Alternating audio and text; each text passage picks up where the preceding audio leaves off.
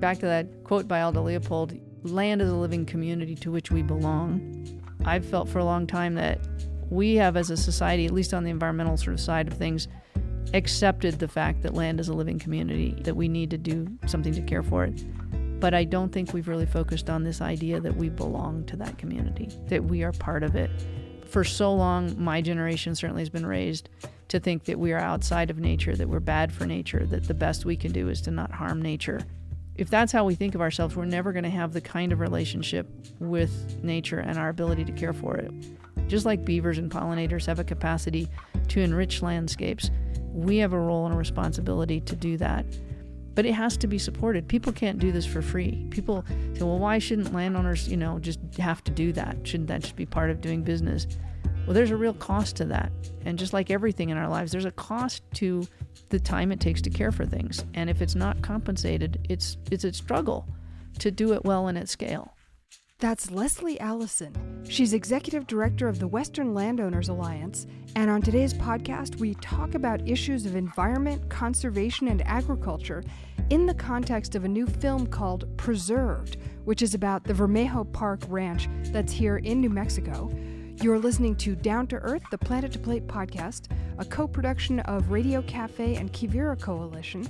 I'm your host, Mary Charlotte Domandi. We'll be back after these quick announcements. Quivira Coalition's new agrarian program has several offerings right now for different stages in an agrarian career. There's the Manager Fellowship for those looking to take their work to the next level. There's the Wellness Training Program, focusing on peer-to-peer wellness facilitator training in an agricultural context. And if you have an operation and are looking to share your expertise, Quivira is on the search for new mentors in the Southwest for an 8-month-long program. Learn more about these at quiviracoalition.org/newagrarian, and Quivira is Quivira.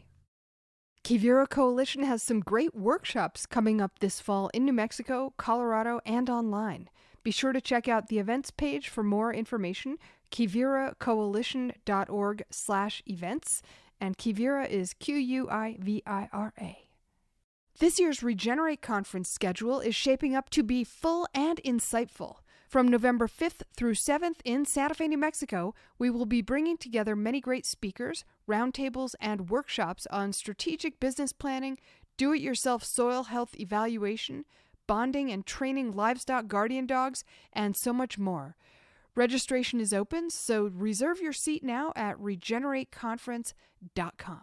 And now to our program. I'm so happy to welcome back to Down to Earth Lesli Allison. She's Executive Director of the Western Landowners Alliance, and she appears in a new film called Preserved, which is about the Vermejo Park Ranch, Ted Turner's ranch. Welcome to Down to Earth. Thank you. It's so much fun to be back here with you. So great to have you. So this park, this ranch, this giant ranch, which is on the border, the northern border of New Mexico and Colorado, there's a ton of conservation going on there. I mean, it's huge. It's over 500,000 acres, bigger than many national parks. Talk about some of that conservation. Well, yeah, it's throughout the property, and they've done everything from, attempting to restore black-footed ferrets, which is the most endangered mammal, maybe in the world, certainly in North America, to restoring forest health, riparian areas, streams. They've done the largest native cutthroat trout restoration, I believe, in the United States to date for the Rio Grande cutthroat trout. They have brought back bison and have conservation herds out there, with genetics that are helping to restore bison broadly. They do all kinds of studies on wildlife. So they're studying lions and elk and bears, really trying to find the right balance of managing wildlife across that landscape. And they even are talking about ways in which you evaluate the carrying capacity of the land for human activity, right? Because they've got, the way they fund a lot of this is it's a guest ranching operation. So they've got visitors that come and enjoy the place, but there's, an upper limit of that too. And so it's really about trying to find that ecological balance across the landscape. And they have a situation which is explained in the film where the oil and gas development was already underway when Ted Turner acquired the place, and they created a deal where that would continue. It's a coal bed methane development. And even that, they've done all kinds of things to make sure that that resource is being developed in the most responsible possible way. Minimizing the noise through compressors, or minimizing the amount of truck travel that goes across the landscape to service the wells, all kinds of things that they've thought of. And it's really a model. If you're going to do oil and gas development, this is a wonderful model to look at. So it's really, I think, at every level of what they do, including through their guest programs, is how do we enjoy this place? How do we make it economically sustainable in a way that respects and supports all of the environment and ecological values? It's interesting. I mean, you just said there's oil and gas development there, coal, there's been cattle overgrazing, clear-cut forests, railroads, all kinds of stuff. And it seems like, I mean, one thing that's so interesting about it, it's not like, oh, let's acquire this pristine piece of land. It's like, let's acquire a land that was really damaged. And with some stewardship, it's remarkable how quickly it's bounced back. Yeah, and I think that's really the kind of the theme or the moral story of the film, is that most land anywhere has been touched by people, and a lot of it has been heavily impacted negatively by people, and you can bring it back. I mean, that's a big piece of the story, is look how quickly it can rebound with thoughtful care and stewardship, and I think that's the exciting takeaway from the film. One of the messages in the film is that we really shouldn't focus so much on saving charismatic species. I mean, you talk about mountain lions and bears and bison and all those things, which are, so beautiful, and the little ones are so cute and everything. That's right. We love them. We put them on posters and stuff. But, it's really about looking at the whole ecosystem. Talk about that distinction, because that's something that in your work at the Western Landowners Alliance that's very much part of it. It is. Aldo Leopold talked about land as a living community to which we belong, which is just one of my favorite things that Aldo Leopold ever brought forward. And it was really, that's the basis of the land ethic, is that we do participate as a member of that living community. And when you think about land not as a piece of real estate, not as a piece of dirt that you're going to build a house on or grow a crop on, but if you think about land as a living community, from the very deepest levels of soil, you've got billions and billions of microorganisms that have their own whole ecosystem, and they're not cute. And to some of us, some of us are cute, but no, some of them are not cute. For sure, it depends, I guess, on your preferences. But there's lots of them, and they're very strange looking, many of them, right? And they're so important. It's so interesting. Incredibly important. It's this whole system of communication and nutrient transfer and all kinds of things that happens underground that we're really pretty much oblivious to, and then that makes plant life possible, and it makes the life of mammals like us possible. And then, so if you think about I love to think about these layers, this teeming life of the soil under our feet, moving up through the roots, plant systems, and up into the plants that we see above the ground. Those plants, being full of crickets and mice and all kinds of other little critters that we don't notice most of the time, and then rising up to the animals that we do notice more often, right? The raccoons or the skunks or the squirrels. And then up into those sort of larger charismatic megafauna, as we call them, bears and wolves and elk. And then into the sky, right? And the birds and the pollinators, the butterflies, all the things that fly, the bats. And then you think about the waterways and all the millions and billions of things that are living in the waters. And when you realize that is this teeming community of life, all interacting, all having very important relationships and functions in it all, and we're part of that. Our whole body, all the way down to the cellular level, is part of that. It's an expression of that. It's shaped by it at every level. And so just being able to feel that in ourselves, I think it's kind of a miraculous, wondrous feeling. And so that's what I think about when I think about land as a living community, and how is it that we do participate in it. And one of the interesting things that I learned about recently was this field of sensory ecology. And I had never heard of that before I met a guy named Jesse Barber. And he's a professor at Utah State, and he's now the chief conservation scientist at the American Museum of Natural History in New York. And Sensory ecology is the study of, how living things navigate in the sensory world. And he uses examples like a bat uses echolocation to find its prey. And maybe it's moving in on a moth, and the moth can sense the echolocation, and then the moth might make a sound, a scream, or something that they don't know quite what does. But all of this takes place outside of our range of perception. And the same is true for, if you think about a little beetle walking along through the grass, it has to listen for predators that might be coming. It has to listen for prey that it might be stalking. Birds have to hear each other. There's this whole world of sensory interaction that happens that we're largely unaware of.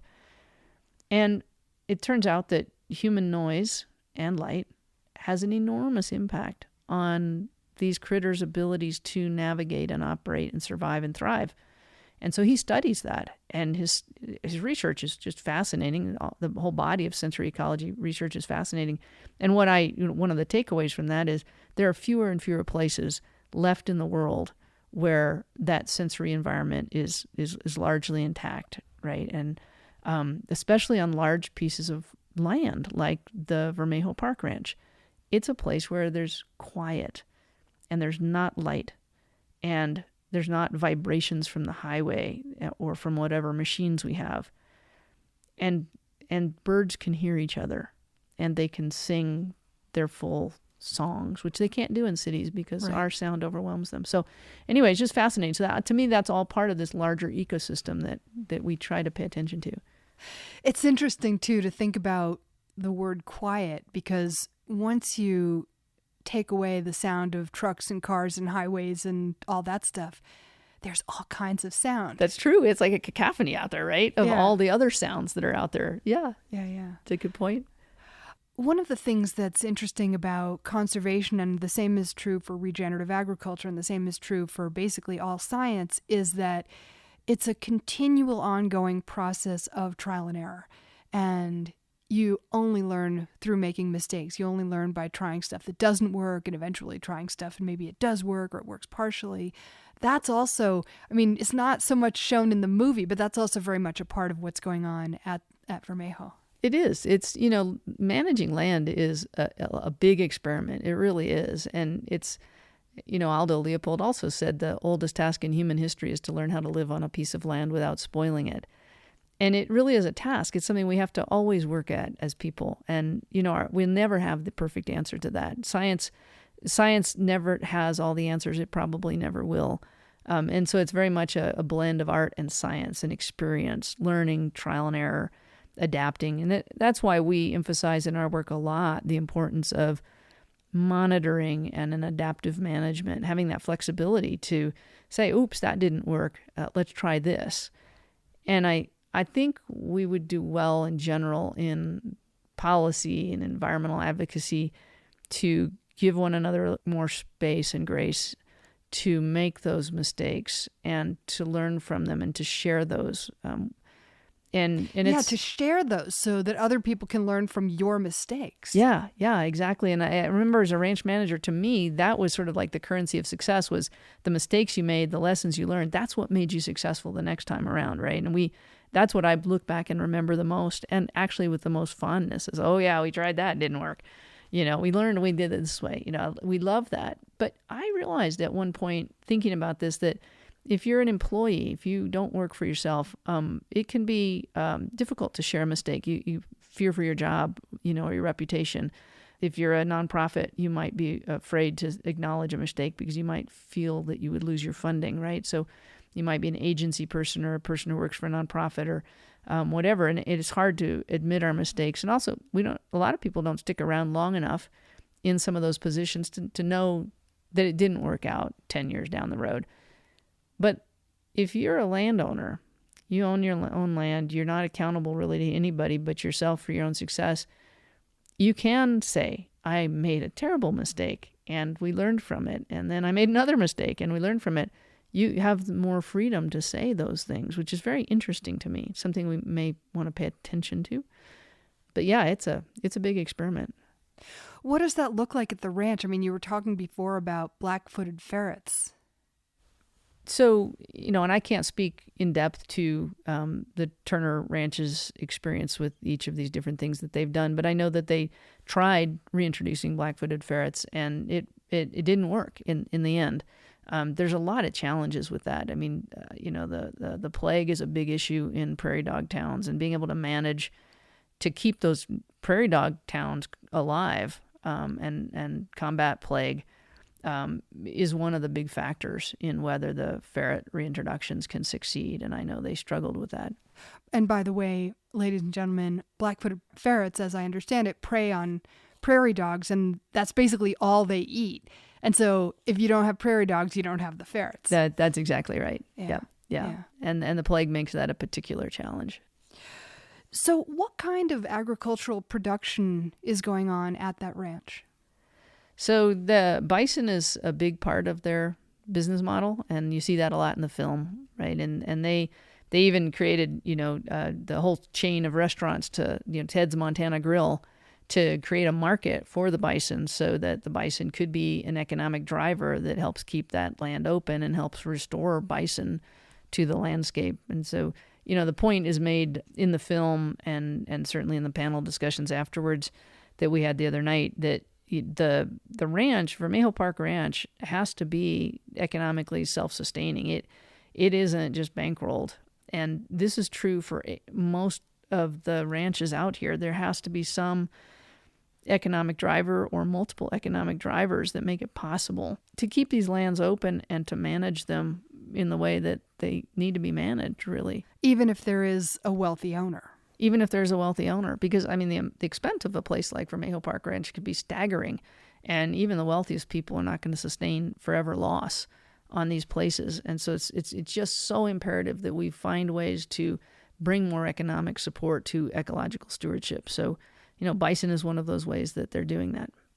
And it's interesting that you have what's called a conservation herd of bison, and you also slaughter them to be eaten. Those two things exist at the same time, which is not intuitive to everybody. Yeah, and that point is made in the film, when Robert, who heads up their bison operation there at Vermejo, is, asked by people like, why would you eat the animal if you're trying to save it? And he's like, well, that's the way that we can make enough money to save it, to reinvest and to keep them going. So yeah, if you want to conserve bison, you need to eat them, is what he says in the film. The Vermejo Park Ranch is, it's huge. It's also tiny in comparison to all the land around it. And I wondered, there's so many different kinds of wildlife there. There's some of them who live there. There's some of them who are there seasonally because they migrate. There's some who migrate through it. What does that look like? Well, that's true. So your elk is probably the easiest example of that. The elk do migrate on and off the ranch. And so the elk production that happens, the breeding and so forth that happens on Vermejo Park Ranch, those elk will migrate off all around and support, hunting opportunities and all that on all the surrounding landscapes.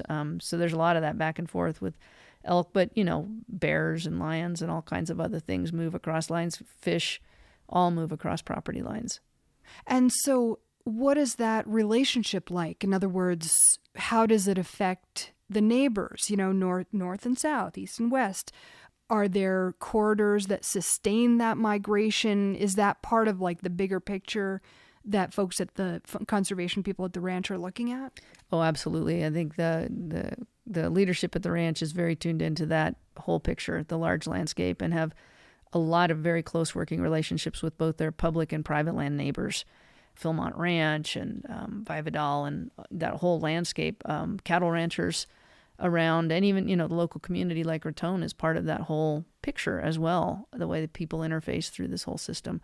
And so there's a lot of mindfulness about that at Vermejo. And I think that's one of the wonderful things about large landscape, collaborative conservation, which we're seeing, throughout the West in different landscapes, is people are becoming aware of the need to look beyond their own boundaries. And that includes the public land managers too. It's imperative that they look onto the private lands and figure out how they can support the private lands that are in turn supporting their ecosystems. It's Yellowstone's the classic example. As soon as they, created the park at about 2 million acres, they realized it was too small. that the ecosystem that it relied on and it contributed to is vastly bigger than that. So you have this idea of sort of the greater Yellowstone ecosystem has sort of emerged. And now they really understand that the working lands around that ecosystem are what support, for example, the elk populations that need to, to go down to the lower elevation working lands in the winter for that essential winter feed. And then they migrate back up into Yellowstone National Park where the tourists enjoy them during the summers. And the park wouldn't have its wildlife if it weren't for the working lands that are providing that forage at other parts of the year. So they're now really looking hard at how do we make sure that these lands stay intact that are helping support all of that. So then the same is true, obviously, with Vermejo. And do they have, by and large, pretty good relationships with their neighbors, or is it, there's always conflict, I suppose. Well, in the film, from my knowledge of it and in the film, you can see tremendously positive relationships with the neighbors. I know that the current management has done a lot to really build those relationships, to maintain those relationships. You feel that in the film. Of course, I'm not out there to, say directly how every neighbor feels about it, but there does seem to be a really great sense of community around Vermejo. We were talking earlier about the kinds of industry that were taking place in that area, and there were towns that are now gone. There were, logging towns and mining towns, and there was cattle grazing and all this stuff. And it just seems like and they talk about it in the movie, all that kind of industry was based on a boom-bust model. And it seems like a lot of our country is kind of based in many ways on a boom-bust model, both historically and currently. And, you go to a place, you do something, you exploit it to the max, you move on. That's how we think. You make as much money as you can, as quickly as you can. You keep as much of it for yourself as you can, don't necessarily spread it out into the community. How do you think about that? It's a big question about what that means here in the West, because it's completely unsustainable and we just have to move away from that. But what do you see? Well, it's interesting. I read an article, and I can't remember if I read it in the New York Times. I think I might have, but it talked about the benefits of Americans being sort of restless and constantly moving, and it pictured that as a positive thing. And I read that and I thought, in my mind, that's not such a positive thing, because when you can move to a place and extract from it, get what you want out of it, and then move on, you don't have to live with the consequences of that and take real responsibility for it. And you don't get to know a place intimately and have those incredibly deep bonds that a lot of our many, many generation landowners have developed.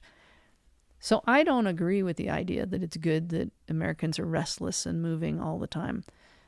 You see this even in the nonprofit world, such a high turnover rate. I think the average is about 2 years for a nonprofit employee. So you're just not sticking around long enough to build the relationships and to have that sense of place. I think that's a real downside for us. And then in the sort of global economy, what I see is, and this is happening, the situation up in Pecos, where you have an international mining company that wants to come up and do a mine. Well, they're not here to experience the consequences of that. They can extract the money from it and leave.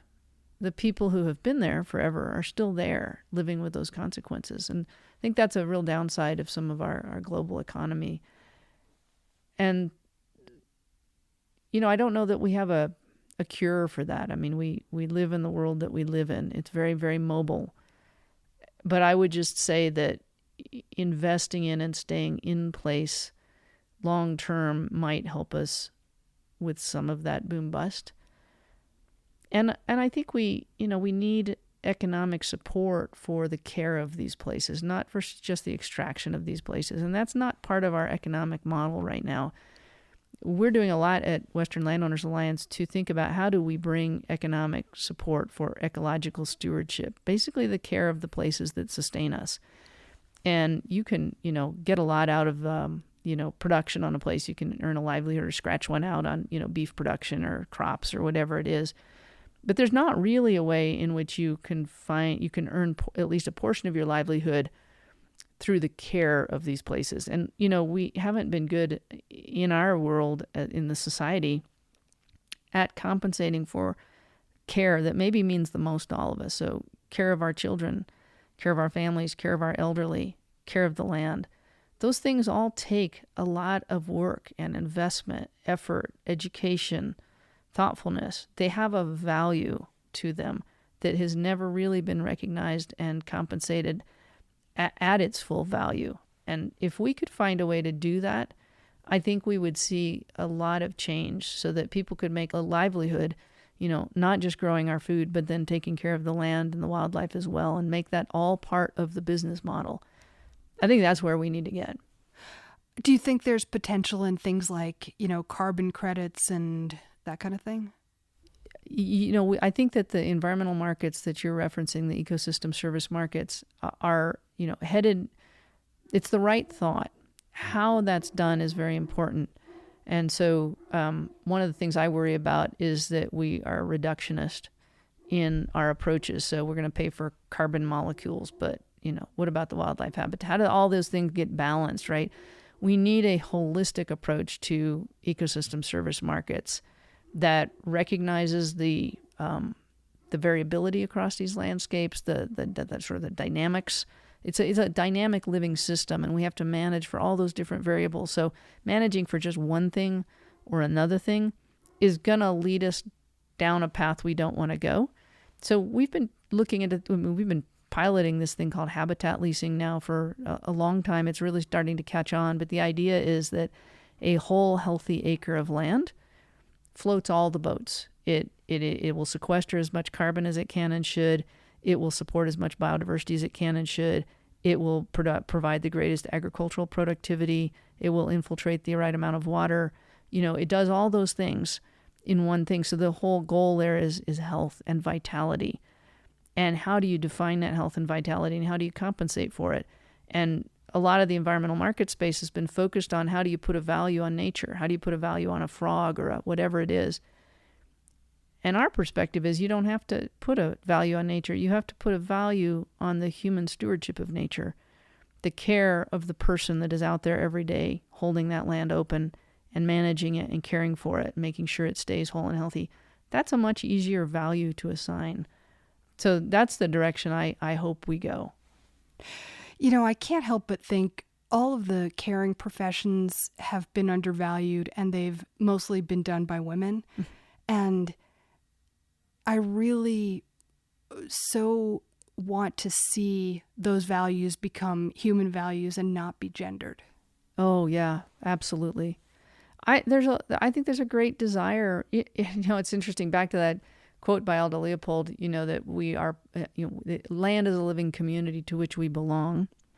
And I've felt for a long time that we have, as a society, at least on the environmental sort of side of things, accepted the fact that land is a living community and that we need to do something to care for it.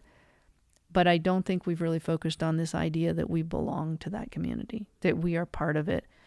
For so long, my generation certainly has been raised to think that we are outside of nature, that we're bad for nature, that the best we can do is to not harm nature.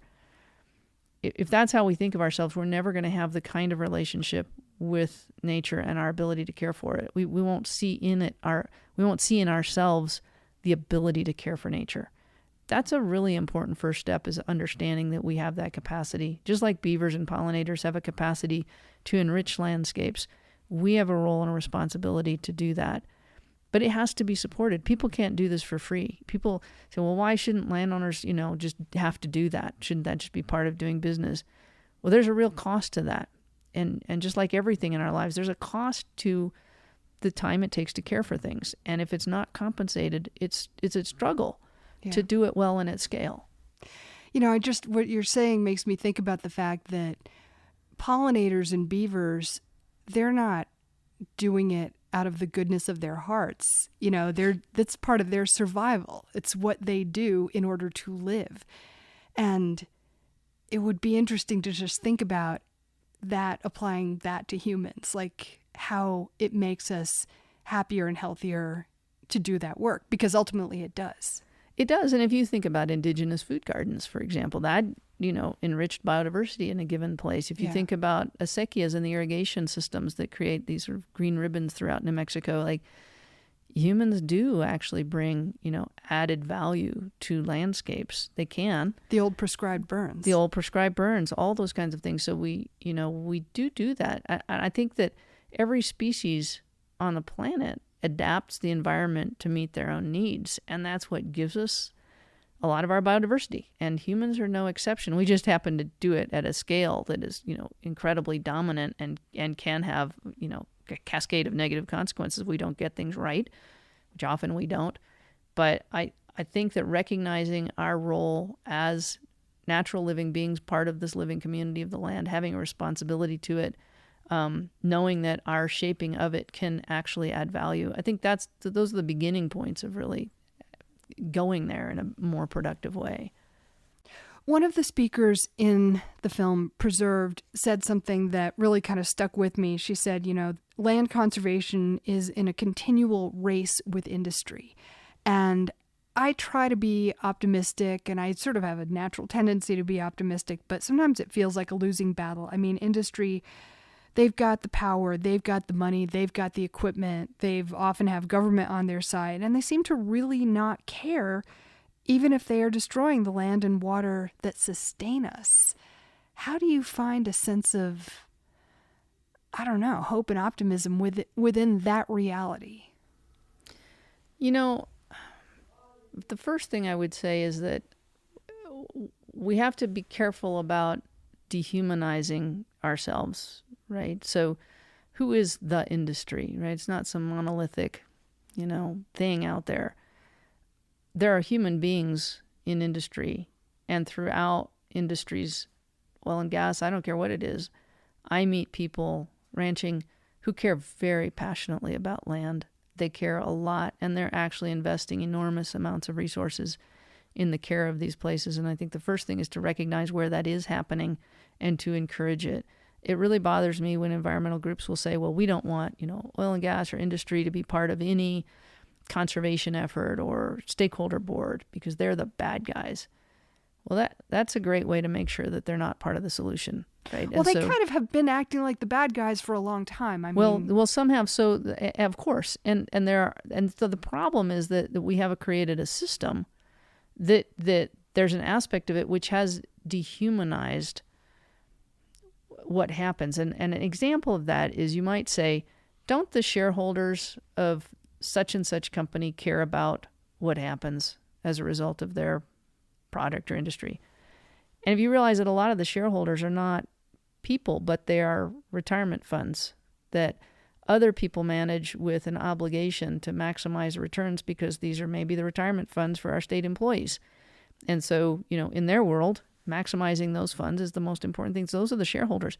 So we've created a system that does not support where we are trying to get.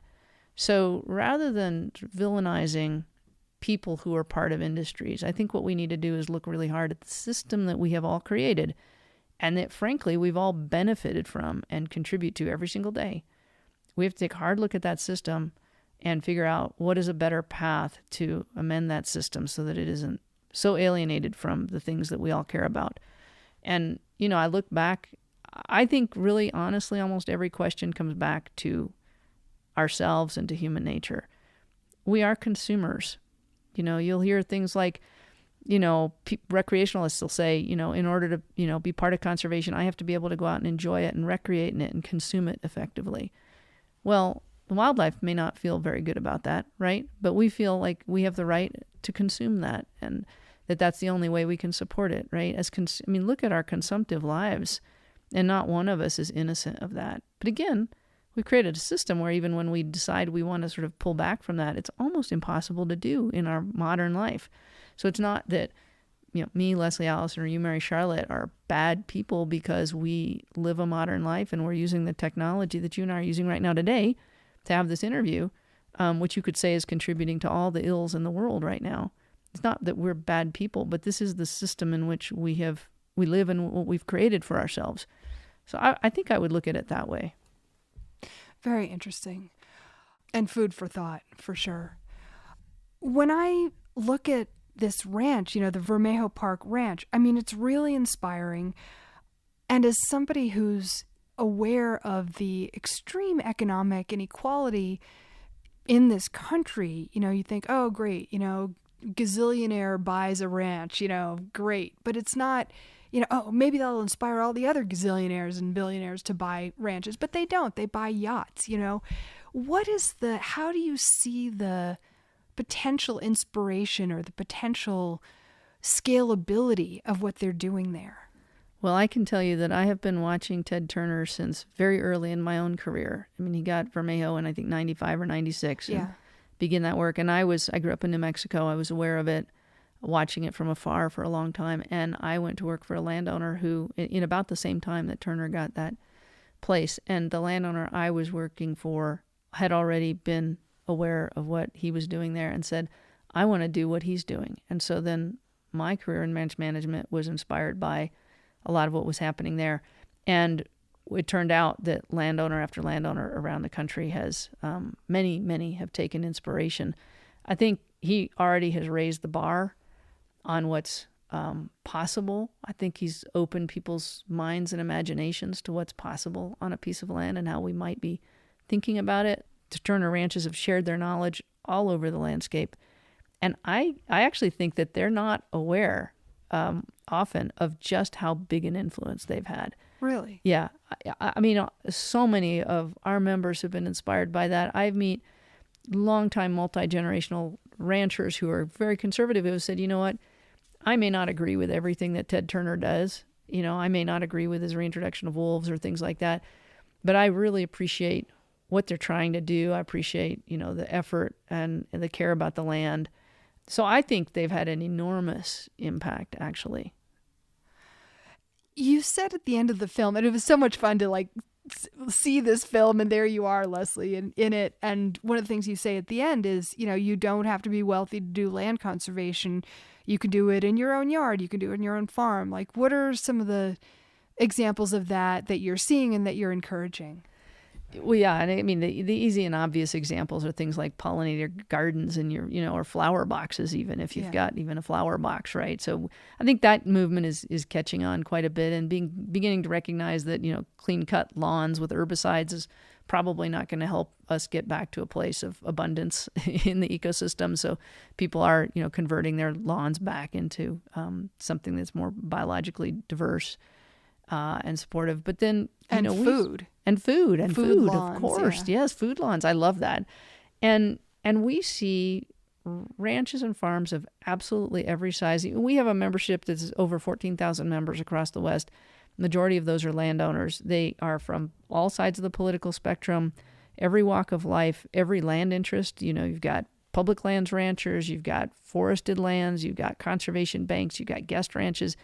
It doesn't matter. The thing that unites our membership is a real love for the land, a passion for the land, and a dedication to trying to keep it whole and healthy.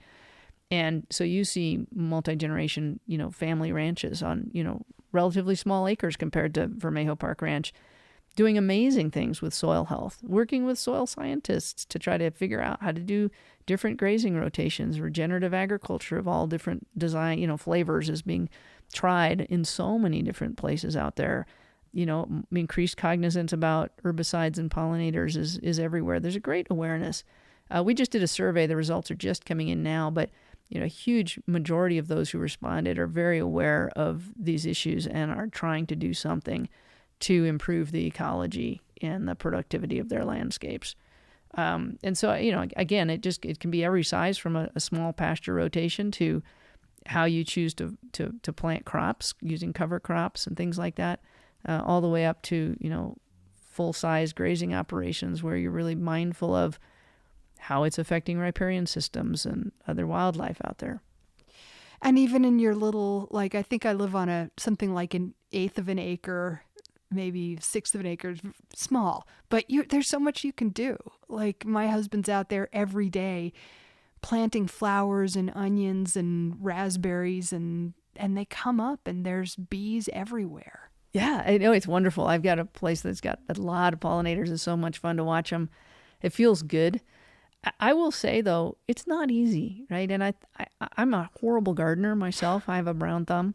And when you go out and you try to garden and raise any serious amount of food for yourself, you realize just how hard it is. It's so hard. And the bugs come and the heat comes and the Right. water problems, and it goes on and the soil isn't right. And you realize, scale that up. And that's what our farmers are up against every day. And so, they've got, insects and disease wiping out their crops. Of course, they're going to be thinking about chemical treatments and things like that. Because when you're like at your wit's end and, it's just hard. It's hard to grow things organically. It's hard to do these things. Not that we can't, not that people aren't, but circumstances vary. Our ability to, spend the time on it. Like for me, the big limiting factor on how much I can do to foster these things around my place is my time. I work, double time practically at my job, and it's in front of a computer. So it's just the very edges of my day I can go out and do those things. And I think that's where we bring awareness to, it takes time. It takes investment. It takes effort. It takes knowledge. It takes dedication and persistence to do these things. And we have to make room for that in our world. And not everybody can or will. I want to ask you before we wrap up for today, what are you up to at the Western Landowners Alliance? Oh gosh, we're up to lots and lots of things. We're growing. That's one thing we're up to. We've got more than 30 staff now spread out over the West, and we've had just an explosion of growth in the last few years.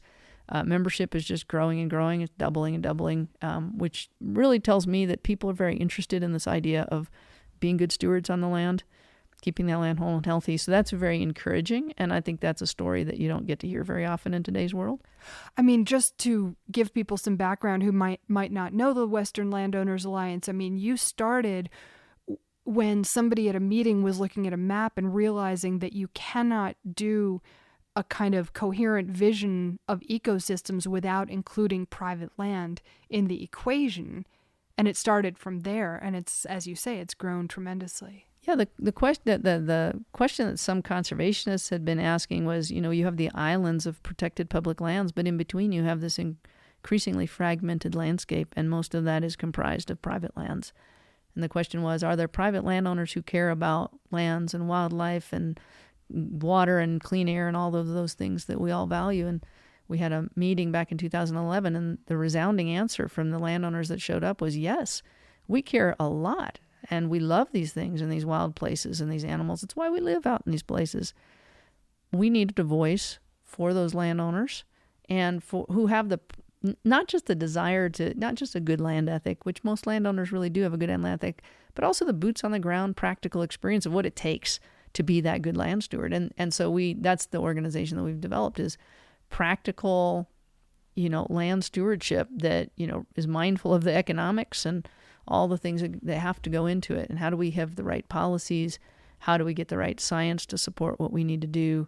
And most importantly, how do we have the economic support to keep these lands open and healthy? That is the really big dilemma of our day, because there's so much economic pressure to put these lands into other uses. And so we've got to do everything we can to improve the economic outcomes. And that is really the primary focus for Western landowners today, is how do we get positive economic support for ecological stewardship in tandem with agriculture and all the other uses that we need to do on these different lands.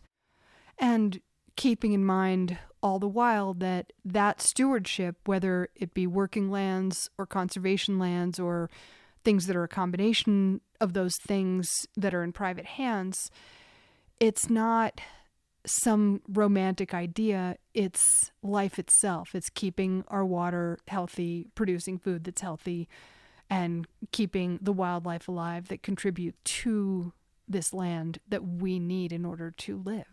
Absolutely. And I think that the really important message that we're trying to get across right now, in addition to the fact that we have to have economic support if we're going to be successful. You cannot depend just on regulation and the goodwill of philanthropy and landowners to be able to do this. We will never succeed at the scale we need. It must be part of our economic system that we take care of these places. But the other piece of it that's so important is this notion of stewardship. Conservation, I think, in many people's minds is either preservation or restoration. So we either preserve a place and protect it from people, or we restore places that have been degraded. But what I call kind of the third leg of the conservation stool is stewardship. It's the day-to-day care of these places. It's those daily decisions. There is, like we've talked about, a cost to that, a big investment in education and time and resources that goes into that. And conservation too often is thought of as a one and done. You buy it and you walk away. You buy a piece of land into public ownership, it's all good. Or you buy a conservation easement and you're done with it, right? You buy a habitat credit and you never have to think about it again. This idea of permanent legal protection for a price or under regulation has been dominant in conservation. We need to think about that day-to-day stewardship and how we sustain livelihoods that then can take care of these places for us. Because the other thing to remember is we've got less than 2% of people in the United States today involved in agriculture. There are very few people who are able and willing to live out in remote places and be out in the extreme temperatures and take care of these things. It's hard work. It's physical. It's often not financially rewarding. And we need people to do that, and we need to support them in doing that. Do you see a younger generation of land stewards who are enthusiastic about doing that? I think there is a generation coming in, and I think they're excited about the idea that we don't have to have this polarization between agriculture and the environment, that they can be one and the same, and they want to work with people and not against people. I think we're tired. I think young people are tired of the environmental movement that I grew up in, which, makes enemies out of the other side, right? We want to work with and not against people. But the reality of getting people back onto the land, it just begins with the price of land. That's what most people talk about. It's like the cost of buying a piece of land is huge. It's out of range for most people in agriculture, even and especially for young people. So people talk about how do we get people out on the land, but unless that land can actually support a livelihood, there's no point in getting out onto it. And it's hard to make that land support a livelihood. And then there's another step that we see, which is that the community has to be there because, maybe you're fresh out of college and you're eager to get out on land, but you start a family and now you got 2 hours for your kid on the bus to the local school. And then maybe that school closes down because now all you've got is second homes out there and nobody with kids and the schools are closed. Now where does your kid go? You can't stay out there. And so pretty quickly, young people that try to do this find themselves needing to switch course. And so we need to think holistically about supporting the system of land stewardship and agriculture in the country, and that includes community health. The film we've been talking about is called Preserved, and you can find out more at preservedproductions.com, find out where you can find screenings of it, and eventually probably it'll be streaming. Yeah, and I hope everybody does have a chance to see it and share it with your friends. And Yeah. Yeah. Well, Lesli Allison, thank you so much for being with us. Lesli Allison is in the film Preserved, and she's executive director of the Western Landowners Alliance. Thanks so much for being on Down to Earth. And thank you. You've been listening to Down to Earth. We would love it if you would support this program, which you can do by going to patreon.com/down-to-earth-planet-to-plate, where you can sign up for as little as $3. Patreon is Patreon. And also, please rate and review the podcast on Apple Podcasts or wherever you get your podcasts. The Quivira Coalition is a not-for-profit and a community network of ranchers, farmers, conservationists, scientists, educators, and many others dedicated to regenerative practices that produce healthy food, support meaningful livelihoods, sustain biodiversity, and remedy the impacts of climate change. To learn more about Quivira and how you can support their work, visit quiviracoalition.org, Quivira. And finally, this show is a production with the Radio Cafe. You can check out radiocafe.org to hear back episodes of this show and also find all kinds of other shows on a wide variety of topics as well. Thanks for listening, and we'll see you next time.